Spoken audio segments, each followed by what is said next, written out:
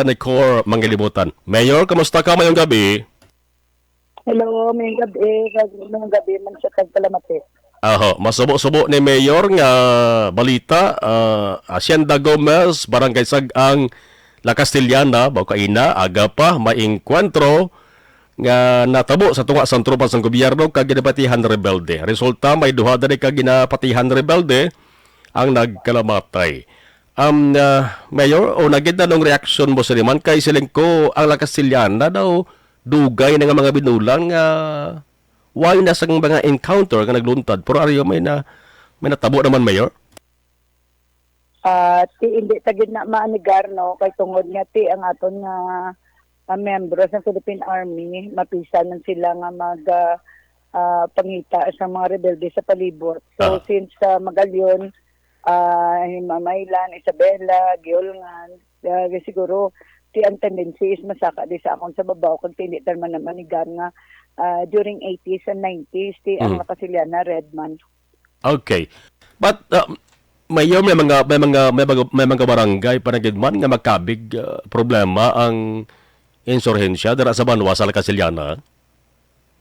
Ti mayara kita nga mga jutay nga mga areas like for barangay siguro ng Sagang Kamandag mga na-identify kabagnaan puso muna pero sa subong ti wala pa ta ka gisang actually after this siguro sang aton nga pagsulbar sang ini nga encounter matawag man ko sang municipal peace and order council for the situational report sa aton army, police kag some other agency nga naga-konektar sa aton nga peace and order. Okay. But ining pagbalik encounter nga nagluntad sa Castillana, hindi gid man so far, Mayor, makaapekto yan no sa peace and order dira sa Banwa. Hindi man kay gamay man lang ang pwersa. Actually since nga may kita di nga nag-operate nga mga membros ng Philippine Army, kag dugay naman ang ginamonitor ang mga sightings. I think na-identify naman nila kung din ang mga area nga dapat nila balikan. So, maybe ang aton nga mga amigo sa PIA, kung lang sila mag-protectar nga ang aton Philippine Army, sige-sige ang pag-operate. Sige. Kabay pa, Mayor, manta ka ba nga mo yung untang hindi na ni masulit nga encounter, kabanti siling ko ganit kaina, Filipino kontra Filipino, ni mo. Kag ti nasubuan kita nga mayara sang kabuhi nga nagyakadula, no? Mayor, isingit ko lang kadali I don't know kung pwede ka makahatag sa isang opinion, chat-chabla. Kaya na-interview namon si Mayor Javi Benitez. Nagambal siya sa Association of Chief Executives, may mga more or less 15 ka mga mayors dari sa Negros Occidental ang pabor sa chat-chat. Although nga waya mang ginigadlan kung sino yung 15 but sa imo Mayor, I don't know kung mayara ka stud sa sading chat-chat. Ang sako niyan sa may charter change, if beneficial to the general public, okay gid ko. Especially those cited provisions sa aton nga konstitusyon na makabulig kada makabenepisyo sa present situation sa Pilipinas, so much better. Kami ara na maging nga mga provision nga hindi naman effective sa subong nga sitwasyon.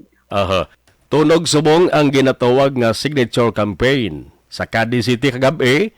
Kin-confirm ni Mayor Escalante nga sa pila ka mga barangay ito may ginapalap nga papel ginapapirmahan.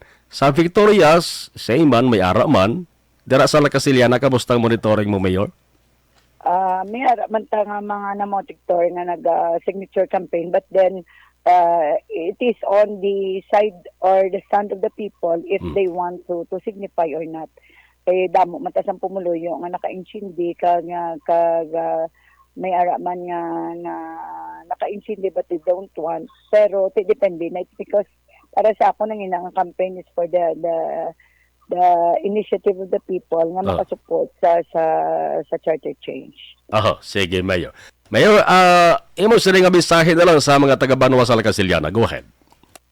Ang mensahe ko sa pumuluyo sa Banwa sa La Castillana, hindi lang specific sa Barangay Sagang, tani ang atong mga pumuluyo makoperar kada mag-collaborate sa aton nga mga law enforcement agency, especially sa atong Philippine Army, Philippine National Police, nga magbulig sila sa paghatag ng informasyon, especially kung nag-apekto sa peace and order or insurgency. Kag ako mismo, hindi naman malipod sa tanan nga membro ako sa una sa Philippine National Police.